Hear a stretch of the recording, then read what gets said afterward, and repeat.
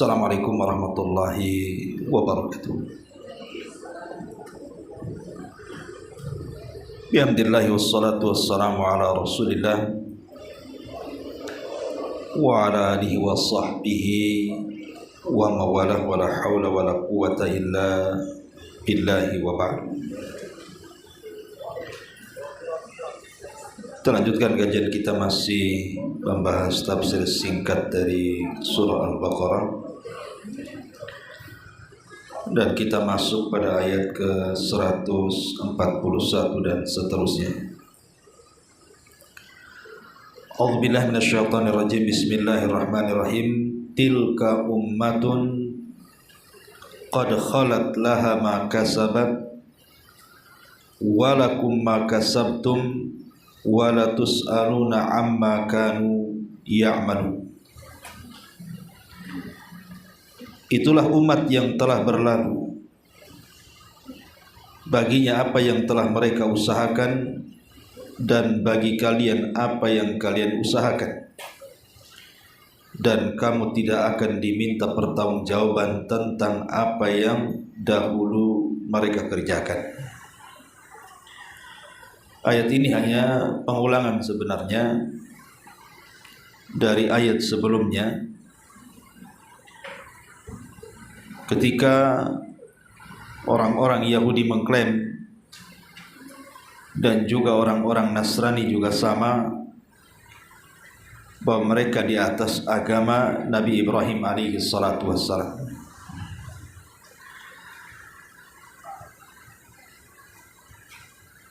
Kemudian ayat selanjutnya tidak perlu kita jelaskan karena ini pelengkap saja. Kita masuk pada ayat yang ke-142. Sayaqulus sufaha'u minan nas ma wallahum an qiblatihimul lati kanu 'alaiha qul lillahil masyriq wal maghrib yahdi may yasha'u ila siratim mustaqim. Orang-orang yang kurang akal itu di antara manusia pasti akan berkata, apakah yang memalingkan mereka kaum muslimin dari kiblat yang dahulu mereka berkiblat kepadanya? Katakanlah wahai Muhammad, milik Allah lah arah timur dan barat. Dia memberi petunjuk kepada siapa yang dikehendakinya ke jalan yang lurus. Ma'asyiral muslimat yang dimuliakan Allah Subhanahu wa taala. Ayat ini turun kepada Nabi sallallahu alaihi wasallam sebelum perintah pengalihan kiblat. Jadi seolah-olah Allah Subhanahu wa taala ingin memberitahu Nabi bahwa nanti kiblat itu akan dialihkan, dan semata-mata engkau berpaling dari Baitul Maqdis menuju Baitullah Al-Haram, maka akan banyak orang-orang yang kurang akal, baik dari kalangan Yahudi, orang-orang musyrik ataupun munafik. Pasti mereka akan mencela kamu dan mengatakan, mengapa mereka orang-orang Islam memalingkan kiblat dari kiblat yang mereka dahulu berkiblat di situ? Artinya bahwa hanya semata-mata Rasul sallallahu alaihi wasallam memalingkan kiblat itu nanti akan banyak kritikan. Dan para ulama sejarah mengatakan bahwa orang yang pertama kali salat menghadap Baitullah Al-Haram adalah Bara ibnu Ma'rur. Siapa? Bara ibnu Ma'rur. Itulah yang pertama kali sahabat Nabi sallallahu alaihi wasallam yang salat menghadap Baitullah Al-Haram. Jadi begini kisahnya. Bara ibn Ma'rur ini adalah salah satu sahabat yang as-sabiqun al-awwalun dari kalangan orang Ansar. Dia mengikuti baiat Aqabah yang pertama dan baiat Aqabah yang kedua. Jadi Bara ibn Ma'rur ini ketika bersama rombongannya dari Madinah melakukan perjalanan ke Mekah untuk membaiat Rasul dalam baiat Aqabah yang kedua. Tiba-tiba di tengah jalan datang waktu salat. Maka para sahabat dari kalangan Ansar ini semua salat. Semua menghadap Baitul Maqdis kecuali Bara. Bara malah menghadap Baitullah Al-Haram. Jadi ditegurlah sama kawan-kawannya. Bara, kenapa engkau menghadap Baitullah Al-Haram? Bukankah Rasul salat menghadap Baitul Maqdis? Kata Bara ibn Ma'rur, entah kenapa aku tidak sanggup membelakangi Ka'bah, sehingga aku malah menghadap Ka'bah. Pokoknya aku tidak tahu, pokoknya aku tidak mau membelakangi Ka'bah itu. Jadi dia tidak memberikan alasan yang jelas, hanya dia tidak mau membelakangi Ka'bah saja. Makanya dia salat mengarah ke Baitullah Al-Haram, yang lainnya mengarah ke Baitul Maqdis karena belum ada peralihan kiblat. Ketika kemudian rombongan ini sampai kepada Nabi SAW pada pembaiatan di Aqabah yang kedua, jadi orang-orang Ansar ini melaporkan bahwa di tengah jalan mereka salat, kami semua menghadap Baitul Maqdis kecuali Bara ibn Ma'rur. Maka Nabi SAW memanggil Bara ibn Ma'rur dan meminta alasannya. Maka alasan Bara persis seperti yang dikatakan ketika ditanya orang-orang Ansar kawan-kawannya. Maka Rasul mengatakan, ya Bara, kalau engkau mau sabar, pasti kiblat itu akan dipalingkan, asal kau sabar saja. Seolah-olah Nabi SAW sudah ada firasat bahwa Allah akan memalingkan kiblatnya. Ma'asyiral muslimat yang dimuliakan Allah Azza wa Jalla, dari sini kita tahu bahwa Bara ibn Ma'rur inilah sahabat yang pertama kali menghadap Baitullah Al-Haram saat melaksanakan salat. Taib. Ayat ini menjelaskan kepada kita bagaimana kebencian orang-orang Yahudi, orang-orang musyrik dan juga munafik saat peralihan kiblat itu. Jadi orang-orang musyrik Arab, khususnya orang-orang Mekah, ketika Nabi SAW mereka mendengar mengalihkan kiblat dari Baitul Maqdis menuju Baitullah Al-Haram, maka orang-orang musyrik menganggap bahwa sebentar lagi Muhammad akan pulang ke tempat kelahirannya dan akan meninggalkan agama barunya dan akan bergabung lagi dengan kami. Itu prasangka orang-orang musyrik Arab. Mereka kan tidak tahu menahu soal pengalihan kiblat, sehingga mereka hanya mengira-ngira saja. Oh, Muhammad itu mengalihkan kiblat dari Baitul Maqdis ke Baitul Al-Haram itu karena sudah mulai meninggalkan agama barunya, agama yang ia dakwahkan dan akan kembali kepada kesyirikan. Itu alasan orang-orang musyrik. Lain pula dengan alasan orang-orang Yahudi. Orang-orang Yahudi menganggap bahwa ajaran Nabi SAW adalah ajaran yang tidak istiqomah. Masa sekali-kali menghadap Baitul Maqdis, kok sekarang beralih ke Baitul Al-Haram? Ini agama apa? Lah orang-orang munafik pun sama dengan alasan orang-orang Yahudi, tetapi orang munafik itu mereka mengatakan seperti itu dengan mengatakan agama Muhammad itu agama bingung, kadang menghadap Baitul Maqdis, kadang menghadap Baitul Al-Haram. Tetapi orang munafik mengucapkan kalimat itu karena istihza'an. Istihza, hendak mengolok-olok Nabi, hendak merendahkan Nabi SAW, maka mereka mengatakan seperti itu. Makanya kemudian Allah Subhanahu wa taala menggambarkan mereka di sini,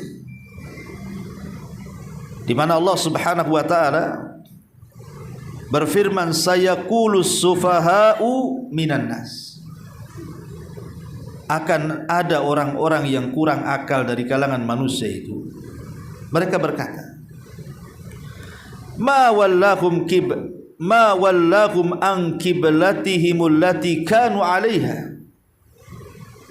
Apakah yang memalingkan mereka orang-orang Islam itu dari kiblat yang dahulu mereka berkiblat, maksudnya Baitul Maqdis? Kok sekarang sudah beralih?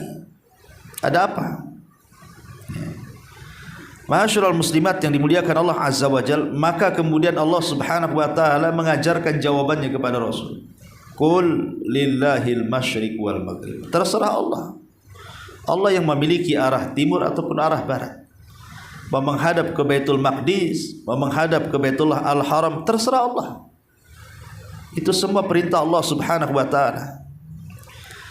Dari sini kata para ulama, apakah peralihan kiblat Nabi SAW dari Baitul Maqdis ke Baitullah Al-Haram itu ijtihad Nabi? Memang Nabi berijtihad. Ataukah ini perintah Allah? Ini menjadi polemik khilaf para ulama. Ada yang mengatakan itu ijtihadnya Nabi. Tapi pendapat yang kuat, ini bukan ijtihad Nabi, ini perintah Allah. Jadi Allah Subhanahu wa taala memerintahkan agar Nabi SAW mengalihkan kiblat dari Baitul Maqdis ke Baitul Al-Haram. Karena begini Bu ya, jadi ketika Rasul berada di Mekah, Nabi SAW bisa menghadap dua kiblat. Karena Rasul biasanya sholat di antara dua rukun. Sehingga kalau umpamanya seandainya Baitul Al-Maqdis sebelah sana, kemudian Ka'bah di sini, maka Rasul akan kemudian menjadikan dua kiblat. Jadi diarahkan ke Ka'bah, yang kemudian kalau diluruskan itu sampai ke Baitul Maqdis. Itulah kebiasaan Rasul. Dia akan mengarah kedua kiblat ke Mekah dan ke Palestina. Kalau di Mekah. Tapi setelah hijrah kan tidak bisa, karena masing-masing membelakangi masalahnya. Kalau Nabi menghadap Baitul Maqdis, secara otomatis Mekah di belakangnya. Tapi kalau menghadap Mekah, secara otomatis Baitul Maqdis di belakangnya. Kan tidak bisa meluruskan. Ya.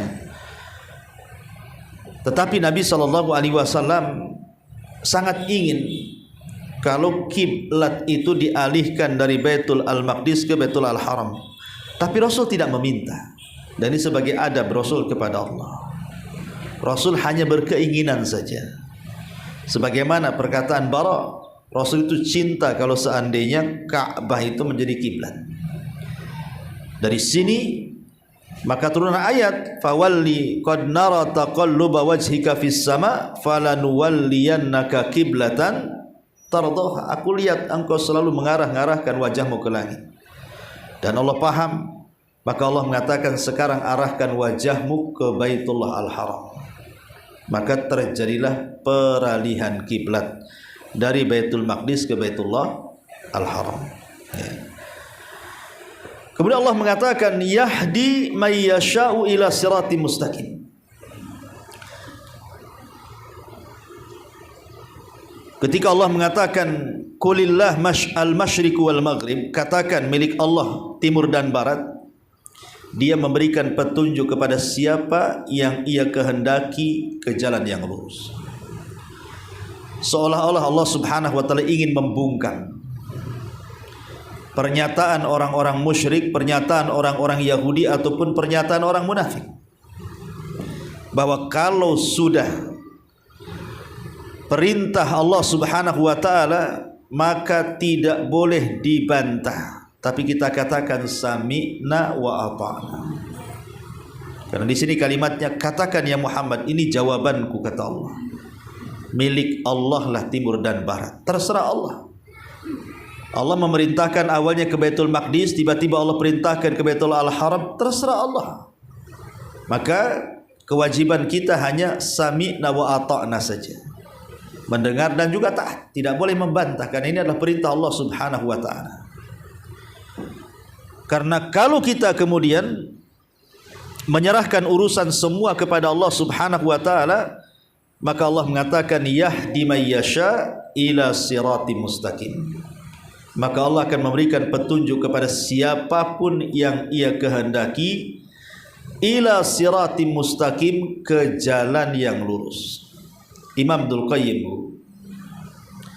mengatakan disebut sirat, jalan, itu berbeda dengan at-tariq. Sama-sama bahasa Arabnya jalan. Jalan itu sirat disebut jalan, tariq disebut jalan juga. Tetapi orang Arab ketika mengistilahkan sirat itu berbeda dengan mengistilahkan tariq. Kata Imam Abdul Qayyim rahimahullahu ta'ala, orang Arab kalau menyebut jalan dengan bahasa sirat itu kalau terkumpul 6 syarat. Kalau terkumpul 6 syarat baru dikatakan sirat. Kalau tidak terkumpul maka dikatakan tariq. Pertama, harus mustaqimah, harus lurus. Tidak boleh belok sana, belok sini, tidak boleh. Maka disebut sirat itu jalan yang lurus, bukan jalan yang berkelok-kelok. Yang kedua, aqsar. Jalannya harus lebih dekat. Bahasa kita jalan pintas. Kalau jauh itu bukan sirat, itu namanya tariq ya dalam bahasa Arabnya. Kemudian yang ketiga harus wadih, jelas. Jalannya jelas, terang. Kalau di sana kemudian kita berjalan kemudian di tengah jalan gelap, itu bukan sirat, itu bisa dikatakan tariq. Kemudian yang keempat, muttasi, harus luas jalannya. Kalau sempit jalannya bukan disebut sirat, harus luas dia. Kemudian juga yang nomor 5, al-musilil maksud, harus sampai ke tujuan. Harus sampai ke tujuan. Kalau tidak sampai ke tujuan, pamannya ada jembatan yang retak gitu ya, ada jembatan yang terputus, itu tidak sampai ke tujuan namanya. Ya karena akan terhalang dengan jembatan yang terputus kan itu. Jadi jalan itu harus betul-betul menyampaikan ke tujuan kita. Dan yang terakhir harus muta'ayyin. Memang itu jalannya, bukan yang lainnya, itu jalannya. Jadi tidak ada jalan alternatif, memang itu jalannya. Nah, itulah kalau sudah terkumpul 6 perkara disebut sirat. Pertama lurus, yang kedua dekat, yang ketiga jelas, yang keempat lebar, yang kelima menyampaikan ke tujuan, dan yang terakhir tidak ada jalan kecuali lewat situ. Itulah disebut sirat. Makanya kalau seandainya kita ini senantiasa berdoa kepada Allah Subhanahu wa taala, surah Al-Fatihah minimalnya 17 kali kan dalam sehari. Apa doa ibu? Ihdinas siratal mustaqim. Ya Allah, berikan petunjuk kepadaku, kepada kami, jalanmu yang lurus. Berarti kalau disebut jalan yang lurus, maksudnya adalah jalan yang mengantarkan kita ke surga. Di mana jalan yang mengantarkan ke surga itu tidak belak-belok, lurus direct. Kemudian lebih dekat, kemudian jelas, kemudian lebar sehingga kita tidak sempit. Kemudian akan sampai ke tujuan surga, dan memang itulah jalannya, dan itulah syariat. Itulah Islam. Itulah ajaran Nabi SAW. Kalau kita mengikuti Al-Quran dan Sunnah, berarti kita telah mengikuti sirat al-mustaqim. Karena dengan Al-Quran dan Sunnah kita akan lurus. Tidak mungkin belok, tidak mungkin menyimpang, tidak mungkin ikut setan. Sebagaimana Rasul mengatakan ketika menggaris sebuah garisan, inilah jalanku yang lurus. Kemudian Rasul menggaris kiri kanannya, ini jalan-jalan yang bengkok-bengkok, ini banyak setan, jangan ikut. Ya. Kemudian kalau kita ikut Al-Quran dan Sunnah, maka jalan ke sorga itu lebih dekat. Kemudian kalau kita mengikuti Al-Quran dan Sunnah, maka jalan ke sorga itu sangat jelas. Kalau kita mengikuti Al-Quran dan Sunnah, maka jalan ke sorga itu sangat luas. Dan kalau kita mengikuti Al-Quran dan Sunnah, berarti akan mencapai kita ke tujuan sorga. Dan tidak ada jalan yang bisa mengantarkan ke dalam surga kecuali Al-Quran dan Sunnah. Itulah maksud as-sirat di sini, as-sirat al-mustaqim. Ma'asyiral muslimat yang dimuliakan Allah Subhanahu wa taala. Bicara tentang peralihan kiblat ini, sebenarnya Nabi sallallahu alaihi wasallam berkiblat ke Baitul Maqdis itu karena ingin mencocoki orang-orang Yahudi. Awalnya Rasul itu ingin lebih mencocoki orang Yahudi dibandingkan orang musyrik. Kenapa? Karena orang Yahudi itu punya kitab masalah. Sama dengan orang Nasrani kan punya kitab. Jadi kalau tidak ada perintah dari Allah, maka Rasul akan berusaha mencocoki orang Yahudi. Karena orang Yahudi punya kitab, jangan-jangan itu memang perintah dalam kitab mereka, sementara kitab mereka adalah kalam Allah. Tetapi kemudian setelah Allah Subhanahu wa taala terus memerintahkan dan melarang Nabi SAW dengan turunnya ayat per ayat, ayat demi ayat dan begitu seterusnya, mulailah kemudian Rasul menyelisih orang-orang Yahudi karena sudah ada perintah Allah. Makanya ketika belum ada perintah Allah Subhanahu wa taala tentang peralihan kiblat, 3 tahun Rasul di Mekah, Rasul masih menghadap Baitul Maqdis walaupun disejajarkan dengan Mekah. Kemudian setelah hijrah juga masih menghadap Baitul Maqdis selama, ada yang mengatakan 16 bulan, ada yang mengatakan 17 bulan. Baru setelah 17 bulan atau 16 bulan Nabi SAW menghadap Baitul Maqdis, barulah kemudian turun ayat tentang peralihan kiblat. Tapi Rasul sudah tahu semata-mata kiblat dialihkan pasti akan dijadikan pembicaraan manusia. Sayaqulus sufaha'u minan nas. Pasti orang-orang safi, orang-orang bodoh itu akan bicara, dan betul. Bahkan ada sebagian yang murtad.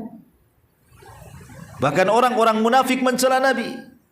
Orang-orang Yahudi mengatakan agama mencela-mencela, agama bingung dan begitu seterusnya. Bahkan orang musyrik menyangka Rasul akan kembali ke agama musyriknya. Macam-macam manusia itu ketika itu mengolok-olok Nabi SAW.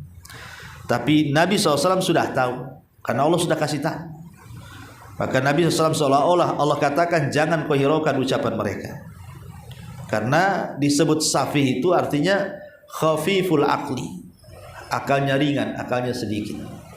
Dan seorang penyair mengatakan bahwa melawan orang yang akalnya sedikit itu dengan cara diam. Jangan dilayan bu, kalau ada orang setengah gila, nanti menjadi gila. Ya, karena orang gila ini kayak orang bisu, kadang-kadang nular. Ibu nggak bisu, ngomong sama orang bisu, nular kan bu. Akhirnya ibu jadi bisu juga pakai isyarat ini kan. Ngomong sama orang gila itu kayak gitu tuh. Maka ibu ikut gila, makanya melawan orang gila ini diam saja. Ya. Seolah-olah Allah Subhanahu wa taala katakan diam saja. Sudah, arahkan saja kiblatmu dari Baitul Maqdis ke Baitul Haram. Karena ini adalah perintah Allah Subhanahu wa taala. Lama-lama juga mereka akan tahu. Jadi Nabi SAW menghadap Baitul Maqdis tadi 3 tahun di kota Mekah sebelum hijrah, 16 atau 17 bulan setelah hijrah Nabi SAW baru ada peralihan kiblat. Lah peralihan kiblat sendiri, ma'asyiral muslimat yang dimuliakan Allah Subhanahu wa taala, tentu ada maksudnya. Ada maksudnya, ada hikmahnya. Kenapa kemudian Allah Subhanahu wa taala mengalihkan kiblat gitu ya? Apa sih hikmahnya? Disebutkan dalam sebuah hadis Nabi SAW yang dikeluarkan Imam Ahmad dari hadis Aisyah Ummul Mukminin radhiyallahu anha.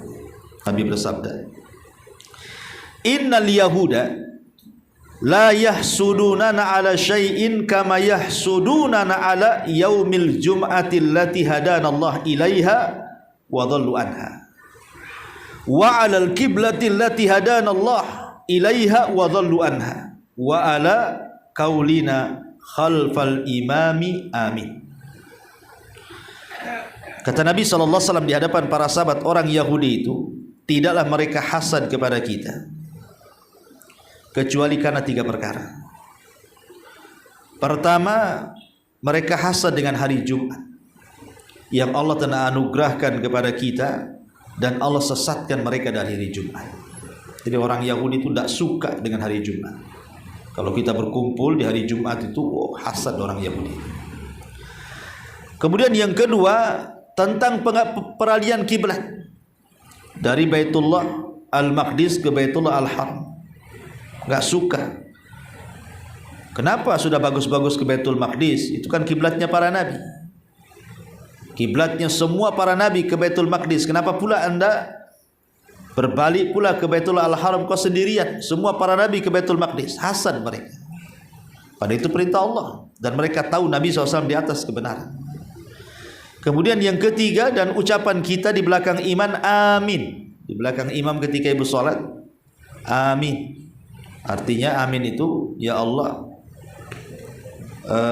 kabulkan doa kami. Karena ketika sebelum kita mengucapkan kalimat amin, apa doanya? Ghairil maghdub. Di situ ada kalimat maghdub. Jangan kau, kata Allah Subhanahu wa taala, bukan jalan orang-orang yang kau murkai. Orang Yahudi tahu maksud yang dimurkai siapa? Mereka. Ketika kaum muslim mengatakan ya Allah ijabahlah kami, jangan mengikuti orang-orang yang kau murkai, makanya orang Yahudi marah. Orang Yahudi hasad dengan ucapan amin itu. Berarti hasadnya Yahudi karena 3 perkara di sini. Hari Jumat, kemudian kiblat, kemudian ucapan amin. Dari sini kita tahu bahwa di antara faedahnya pengalihan kiblat itu untuk apa? Membuat marah orang Yahudi. Membuat marah orang Yahudi. Yang kedua, imtihanul mu'min. Ini juga ujian bagi orang-orang yang beriman. Ujian bagi orang-orang yang beriman karena memang berat mengalihkan kiblat dari Baitul Maqdis ke Baitul Al-Haram itu berat sekali. Makanya kemudian ini ujian. Mau enggak mereka menerima perintah Allah Subhanahu wa taala dan mengatakan sami'na wa ata'na? Maka keimanan mereka diuji karena banyak para sahabat yang kemudian saya katakan tadi akhirnya meragukan ajaran Rasul. Kok Islam, kok agama Islam mencari gimana ceritanya? Maka diuji mereka. Ya. Kemudian juga yang ketiga bahwa dengan kita tidak mengarah ke kiblatnya Yahudi, kemudian kita mengarah kepada kiblat kita sendiri, menunjukkan di sini apa? Nabi SAW ingin mengajarkan kepada kita untuk senantiasa menyelisihi orang kafir. Kalau bisa kita selisihi orang kafir. Kemudian juga yang keempat, bahwa setiap perintah yang datang dari Allah Subhanahu wa taala itu sebuah nikmat. Nah, ketika Allah Subhanahu wa taala memerintahkan para sahabat kala itu untuk mengalihkan kiblat, ini sebuah nikmat bagi kaum muslimin. Karena dalam setiap perintah itu pasti ada kemaslahatan, sebagaimana dalam setiap larangan itu pasti ada kemadaratan. Itu kaidah. Setiap perintah pasti ada maslahatnya. Setiap larangan pasti ada madaratnya. Makanya yang ini diperintah, yang itu dilarang. Kemudian juga yang kelima, Allah Subhanahu wa taala hendak memuliakan Nabi, memuliakan umatnya. Dengan cara apa? Diutusnya seafdal-afdal Nabi, diturunkan seafdal-afdal kitab, dan diarahkan seutama-utama kiblat. Jadi Rasul hendak memuliakan Rasul dan umatnya dengan diutusnya Nabi terbaik, kitab terbaik, dan kiblat terbaik. Karena Masjid Al-Haram jauh lebih baik dibandingkan Masjidil Aqsa kan? Karena memang Masjidil Haram itu adalah masjid yang pertama kali dibangun sebelum Masjidil Aqsa. Jaraknya berapa tahun? 40 tahun. Masjidil Haram dulu dibangun, baru kemudian Masjidil Aqsa dibangun 40 tahun setelahnya. Jadi duluan Masjidil Haram. Apalagi Masjidil Haram itu tempat awal Nabi Adam beribadah di situ. Artinya belum ada manusia yang beribadah, disitulah tempat awal beribadah. Allah diibadahi oleh manusia. Kemudian juga di antara nikmatnya adalah di mana di sini ada syariat mansukh. Ada syariat penghapusan, dan tidaklah syariat itu dihapus kecuali dengan yang lebih baik. Manansakh min ayatin aw nunsiha na'ti bi khairin minha aw misliha. bahwa apabila tidak ada satupun ayat yang menghapus ayat yang lain, kalaupun ada, maka pasti ayat yang menghapus itu lebih baik dibandingkan ayat yang dihapus atau semisal. Nah, ketika kemudian peralihan kiblat dari Baitul Maqdis ke Baitul Al-Haram, tentu akan lebih baik kondisinya, lebih afdol lagi dibandingkan sebelumnya ketika menghadap Baitul Al-Maqdis. Kemudian juga di antara faedahnya adalah di sini ikhtibar.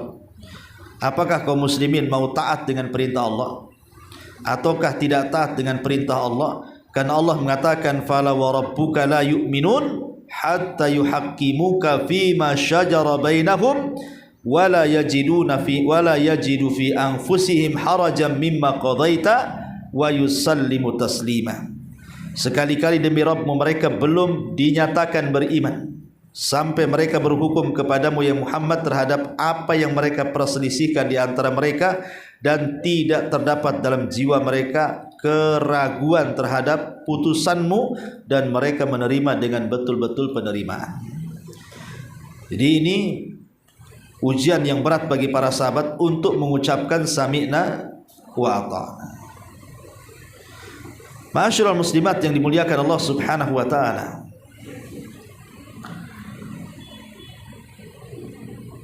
ada beberapa pelajaran yang bisa kita ambil petik. Kalau tadi hikmah, sekarang pelajarannya. Ya, pelajaran dari peralihan kiblat. Ada yang mengatakan bahwa peralihan kiblat itu yang pertama kali terjadi di salat asar. Nabi SAW ketika diperintahkan mengarahkan kiblat dari Baitul Maqdis itu sedang salat asar. Dan salat asar itu disebut salat wusta. Salat yang dikatakan dalam Al-Qur'an hafidhu 'alas salawati was salatil wusta. Jaga oleh kalian 5 waktu salat, terutama salat wusta, itulah salat asar. Di salat inilah Rasul pertama kali kemudian mengarahkan kiblat tahun kedua Hijriah, tepat di bulan Sya'ban. Ya, bulannya bulan Sya'ban, kemudian tahunnya di 2 Hijriah gitu ya. Lah Nabi SAW di situ diperintahkan. Lah kebetulan ketika Nabi SAW sudah menghadap Baitullah Al-Haram dan tidak lagi mengarah ke Baitul Maqdis, orang-orang Kuba belum tahu. Orang-orang Kuba itu belum tahu bahwa ada peralihan kiblat. Maka Rasul mengutus orang untuk ngasih tahu ke Kuba, orang yang sholat di Masjid Kuba itu, karena Masjid Kuba kan masjid yang pertama dibangun Nabi sebelum Masjid Nabawi. Tetapi keutamaannya tentu lebih besar Masjid Nabawi dibandingkan Kuba. Tapi itulah masjid pertama yang dibangun Nabi. Lah yang menyampaikan peralihan kiblat ke Masjid Kuba itu ketika itu sedang sholat subuh. Jadi para sahabat sedang sholat subuh. Rakaat pertama mereka menghadap Baitul Maqdis. Ketika masuk ke rakaat kedua, kemudian ada pemberitahuan dan mereka sedang sholat bahwa kiblat sudah dialihkan. Maka mereka berputar 180 derajat. Berputar sedang ruku. Dalam posisi ruku mereka berputar. Yang tadinya menghadap Baitul Maqdis akhirnya membelakangi Baitul Maqdis, karena yang satu di sana yang satu di sini, ya kan, 180 derajat tadinya kan, mutar ketika ruku. Akhirnya kemudian mereka merasa bersalah, macam mana dengan rakaat pertama yang kami menghadap Baitul Maqdis, dan macam mana pula dengan rakaat yang kedua. Maka Allah Subhanahu wa taala turunkan ayat bahwa tidak akan Allah sia-siakan salatnya. Ya, Allah tidak akan menyia-nyiakan baik rakaat pertama yang menghadap ke Baitul Maqdis ataupun rakaat kedua yang menghadap Baitullah Al-Haram, tetap dua-duanya ada pahalanya. Ma'asyiral muslimat yang dimuliakan Allah Subhanahu wa taala. Jadi pelajarannya di sini pertama bahwa termasuk sifat dari sifat-sifat orang yang beriman adalah tidak boleh ada keraguan dengan perintah Allah dan Rasul. Tidak boleh. Ibu jangan ragu-ragu. Kalau sudah Allah yang perintahkan sami'na wa ata'na. Kalau Allah yang melarang, tinggalkan sami'na wa ata'na. Tidak boleh ada keraguan. Makanya kemudian ada satu kisah di zaman Rasul itu. Ketika Nabi SAW datang kepada Zainab bintu Jahsin, untuk melamarkan kepada anak angkat Rasul, namanya Zaid ibn Harithah. Tiba-tiba kemudian Zainab menolak. Dikiranya Rasul meminang untuk dirinya, tapi rupanya untuk anak angkatnya Zaid. Tetapi kemudian turun ayat. Atas penolakan Zainab itu turun ayat. Apa ayatnya? Maka nali mu'minin wala mu'minatin idza qadallahu wa rasuluhu amran an yakuna lahumul khiyaratu min amrihi wa man ya'sillaha wa rasulahu faqad dhalla dhalalan ba'ida. Tidak layak bagi seorang mukmin laki-laki dan perempuan apabila Allah dan Rasulnya sudah memerintahkan sebuah perkara, tiba-tiba ada kebingungan dalam hati. Tidak boleh, karena barang siapa yang bermaksiat kepada Allah dan Rasulnya, maka dia telah tersesat dengan kesesatan yang jauh. Akhirnya ketika turun ayat ini, maka Zainab pun mengatakan sami'na wa ata'na. Kalau aku harus menikah dengan Zaid, ya sudah. Karena ini perintah Allah dan juga perintah Rasulnya. Menikahlah Zaid dengan Zainab, walaupun tidak lama. Kemudian Allah memerintahkan Zainab atau Zaid untuk menceraikan Zainab. Ketika habis masa iddahnya, Allah perintahkan Rasul untuk menikahi Zainab, menikahi bekas istri anak angkat. Untuk apa? Untuk membatalkan tradisi jahiliyah bahwa anak kandung itu sekedudukan dengan anak angkat. Beda. Anak kandung beda dengan anak angkat. Karena anak kandung itu ada pertalian banyak. 1 mahram, 2 wali, 3 waris. Kan itu ya. Kalau anak angkat 3-3-nya tidak bisa. Anak angkat itu tidak ada hubungan mahram, kecuali kalau seandainya dicarikan jalan mahramnya, seperti disusui atau dinikahkan dengan keluarga yang ada mahram, gitu ya. Kemudian yang kedua, ada hubungan, tidak ada hubungan waris. Anak angkat walau diambil dari bayi sekalipun tidak ada hubungan waris, nggak dapat waris kecuali hibah. Ya. Kemudian yang ketiga, tidak ada hubungan wali. Jadi kalau anak perempuan, anak angkat, tidak bisa bapak angkatnya menikahkan. Siapa yang menikahkan? Kalau dia tidak punya bapak, maka Rasul mengatakan fasultanu waliyun mala waliyalah. Berarti yang menikahkan sultan, penguasa, dalam hal ini Pak Kuala sebagai perwakilan penguasa. Ya. Ini yang pertama. Dalam ayat ini bahwa Nabi SAW, apa Allah Subhanahu wa taala mengajarkan kepada Rasul untuk al-imtithalu bi amrillah wa rasulihi dunat taraddudi. Berusaha melaksanakan perintah Allah dan Rasulnya tanpa ada keraguan-raguan. Yang kedua, at-tarabut al-wathiq bainal kiblataini wa bainal masjidaini. Ketika Nabi SAW kemudian sewaktu-waktu mengarah ke Baitul Maqdis, tiba-tiba Allah perintahkan kemudian mengarah ke Baitullah Al-Haram supaya ada ikatan kuat antara 2 kiblat dan 2 masjid, Masjidil Haram dan Masjidil Aqsa. Jadi kalau hari ini, inilah berlaku hari ini. Ketika Masjidil Aqsa kemudian diserang dan hendak dirobohkan, maka kita tidak bisa diam. Itu kan tanggung jawab orang Palestina. Oh tidak, Masjidil Aqsa itu tanggung jawab semua kaum muslimin, termasuk kita. Kenapa? Karena ada hubungan antara Masjidil Haram dan Masjidil Aqsa. Apa hubungannya? Dua-duanya pernah jadi kiblat. Dua-duanya pernah menjadi kiblat kita kaum muslimin. 3 tahun di Mekah, 16 bulan di Madinah. Bahkan dari tempat itu Nabi SAW berakhir Isra dan bermula Mi'raj dan berakhir Mi'raj, kemudian kembali ke Mekah. Jadi ada hubung kait di situ.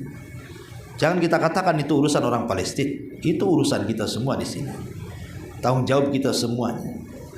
Kemudian yang ketiga, hubbu Rasulillah SAW li bait al-haram. Di sini ada isyarat kecintaan Rasul kepada Baitullah Al-Haram. Makanya Rasul ingin kiblat itu dipindahkan, menunjukkan kecintaan Rasul kepada Mekah. Makanya ketika Nabi SAW terusir dari Mekah, kemudian naik ke atas ketinggian, apa kata Rasulullah? Wallahi innaki la khairu ardillah wa ahabbu ardillah ilallahi walaula anni ukhrijtu minki ma kharajtu. Kata Rasul, demi Allah, engkau sebaik-baik bumi Allah, engkau adalah bumi yang dicintai Allah kepada Allah. Kalau seandainya kaumku tidak mengeluarkan aku atau tidak mengusirku, aku tidak akan keluar. Menunjukkan kecintaan Rasul kepada Mekah. Makanya Rasul ingin kiblatnya dialihkan dari Baitul Maqdis ke Baitullah Al-Haram, dan Allah kabulkan dengan menurunkan ayat qad nara taqalluba wajhika fis sama' falanwalliyannaka qiblatan tardhaha. Kemudian yang keempat, bahwa kiblat, annal qiblata linnasi jami'an sarat wahidah, bahwa dengan peralihan kiblatnya kaum muslimin dari Baitul Al-Maqdis ke Baitul Al-Haram menjadi ikatan kuat persatuan kaum muslimin dimanapun mereka berada. Mereka sudah tidak lagi berhajat kepada kiblatnya Yahudi. Menunjukkan persatuan kuat dimanapun kaum muslimin berada, entah di baratnya, di timurnya, di selatannya, di utaranya. Kalau mereka sholat, maka semua harus mengarah ke Baitul Al-Haram. Dan ini adalah tauhidul muslimin, persatuan kaum muslimin. Macam mana caranya coba? Kaum muslimin itu banyak di mana-mana. Ya dengan cara kiblat itulah yang menyatukan mereka. Kita bukan menyembah batu, tidak. Kiblat itu hanya untuk kiblat saja. Tetap menyembah Allah Subhanahu wa taala. Kemudian juga yang kelima, fadlul ummatil Muhammadiyah. Faqad ja'alaha Allahu khairal umam wa ikhtara laha asyraf qiblah wa ja'alahu ummatan wasata bainal umam. Keutamaan umat Nabi, Allah jadikan sebaik-baik umat, Allah pilihkan semulia-mulianya kitab, dan Allah jadikan umat pertengahan. Dan yang keenam, bahwa ketika Nabi SAW annal abda idza amila al-amala bi suratin syar'iyyatin fi hinihi bari'at dhimmatahu wa in taghayyara al-hal ba'da dzalik.